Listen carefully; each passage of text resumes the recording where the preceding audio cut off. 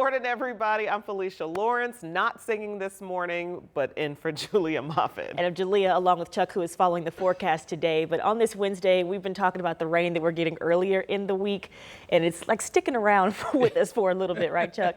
Absolutely. And by the way, you didn't hear me sing? Because the last time I sang on Sunrise, one of the people on this set said, "What'd you do with the money?" And I said, "What money?" "The money your mom gave you for singing lessons." Oh, my God. You know, you didn't use that. Can you sing? Not today. She can carry a tune, like a mom would say. I can carry a tune in a bucket. There you That's go. That's what she would say, yeah. Well, I'll tell you, we've got a lot to talk about in the weather this morning. We're okay here, but I know many of you are concerned about this tropical storm, Helen. Here's the latest. This thing is right over Cancun, just off the shores of Cancun, but with tropical storm winds there. Here is Miami. So you can see the distance between those two. There's a series of hurricane warnings. Now at 5 a.m., the National Hurricane Center said this is just about ready to enter the Gulf of Mexico, 65-mile-per-hour winds. But I'm going to put this in motion and show you what's going to happen now. This is going to really gain strength by tomorrow morning, become a Category 2, and we believe at this time that this is going to head for the panhandle of Florida. This could change a bit, but they've really closed in that cone, so this would affect both Tallahassee and Gainesville. Will this affect us? We believe so, yes. In fact, by Friday morning, we're going to start to see some rain in the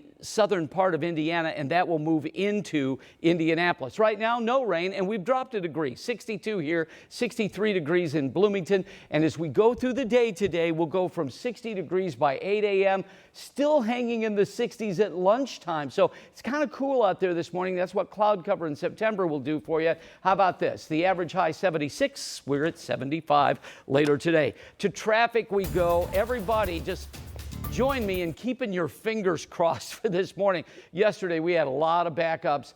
Today, none so far. You're looking here at 465. That's where we've had those exit ramp issues. But right now, as far as what's going on the road, we're fine. This is 465 in West 21st Street. 10th Street's right here where you would exit going that direction over to Ben Davis High School. Now we're going to go downtown. This is 65 at the North Split. Traffic really picking up, moving at about 40 miles per hour downtown right now. And throughout the area, we have, for the most part, no major crashes working. 70 west and east through downtown, moving at 65 miles per hour, the opposite direction at 60 miles per hour. Another update coming your way in weather and traffic in a few minutes, Julia. All right, thank you, Chuck. This morning, one man is charged with murder after two people were found dead in a Fort Wayne river. A probable cause affidavit said the victims were confidential informants, but Richmond police now say they were not informants. Sia has more. Good morning. Good morning, ladies. Richmond police now deny that the two people who were killed and dumped in a Fort Wayne river were confidential informants. But here's what we know at this hour. Allen County court documents claim the victims were, quote, informants for officers in Richmond, citing a sergeant with that department. However, Richmond police posted last night on social media that Matthew Johnson and Christina Dixon were not informants. Detectives originally said the two led police to a home involved in a drug raid back on September 10th. After the raid, police say they were looking for Dominique Washington, a known drug dealer. Now, Washington is now under arrest and charged with kidnapping and murder for Johnson and Dixon's deaths. Police believe Washington strangled Dixon and shot Johnson, then dumped their bodies in the St. Mary's River in Fort Wayne. Neighbors are in shock. It makes me want to be more aware of my surroundings, what's going on. It makes me worry for my grandchildren. This morning, there are still so many questions about why that information was not redacted. We've reached out to the Richmond Police Department for clarification on the victim's possible connection to police. Investigators say they anticipate more arrests in this investigation. Ladies? All right, thank you, Sia. Turning now to an update on a story that 13 Investigates broke last week. This morning, a daycare worker in Anderson accused of mistreating a child is now facing charges. Destiny Valadares faces one count of reckless supervision by a child care provider. Court records reveal a 3-year-old boy was left alone for up to an hour in a bathroom. We reached out to Valadares for comment. She's yet to respond, but we'll pass along any new information if we do hear back. Caught on camera this morning, hundreds of dollars in electronics stolen. And now we're seeing the burglary play out on video. And the victim says she spotted the thief in her neighborhood. Look at this home security video. You can see a man that Christina Bailey says she does not know walking through her living room after kicking in her back door. The man then makes his way over to the TV and then he just walks out with it. He then comes back and goes into the children's bedroom and steals an Xbox.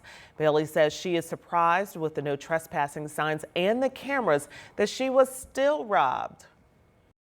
I'm worried every time I go to work now that someone's gonna come into my home while I'm not here, or the fact that they're plotting on me like every time I come in and out of my door, anyone that walks up and down my street. Now I'm terrified if they're looking at me as a target.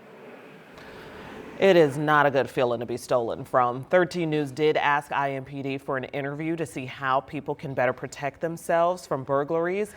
We're still waiting to hear back, and right now they are looking into this one.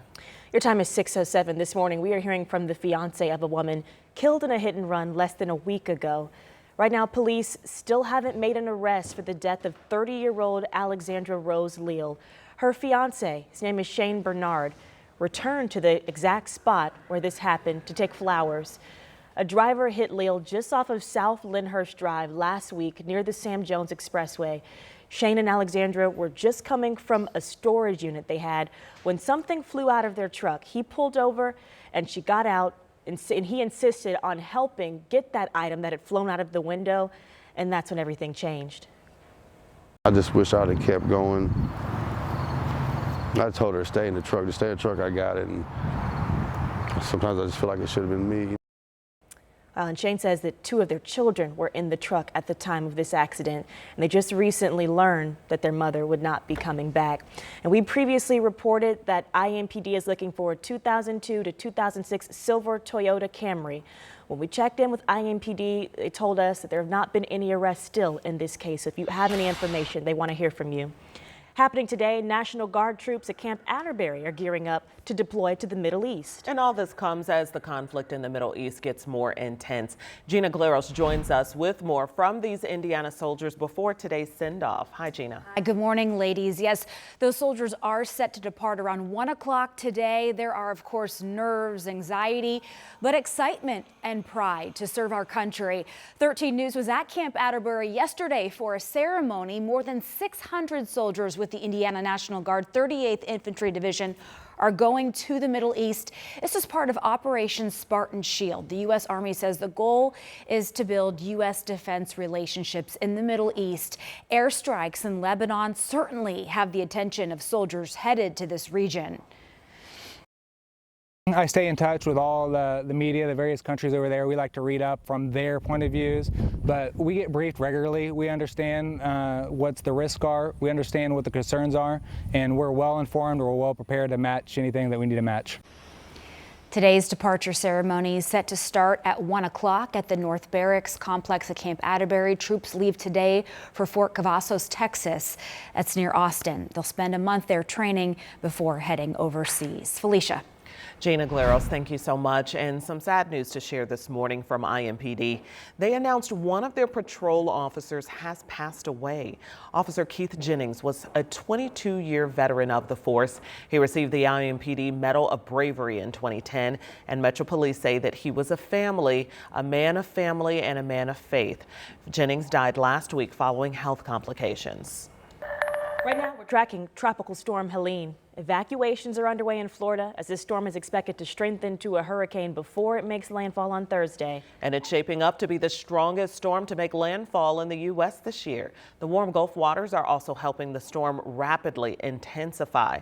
Right now, the storm is carrying wind speeds of 60 miles per hour. And so Indiana Task Force 1 is just making its way to Florida this morning. FEMA activated the team yesterday, and just hours later, they were up and at 'em and on the road. This time of year during hurricane season, Task Force 1 is pretty much on standby and ready to go anytime. And leaders tell 13 News that missions like this one typically last about 2 weeks, depending on the severity of the storm. So typically we can go out about 2 weeks. It doesn't always take that long. We always hope that it's not as bad as it's forecasted and we can come home a little bit earlier because fewer people need help, but also they can extend us past that 14 days if needed. So we'll see what the storm does. So the team stopped last night in Birmingham. They will finish the trip to Pensacola this afternoon.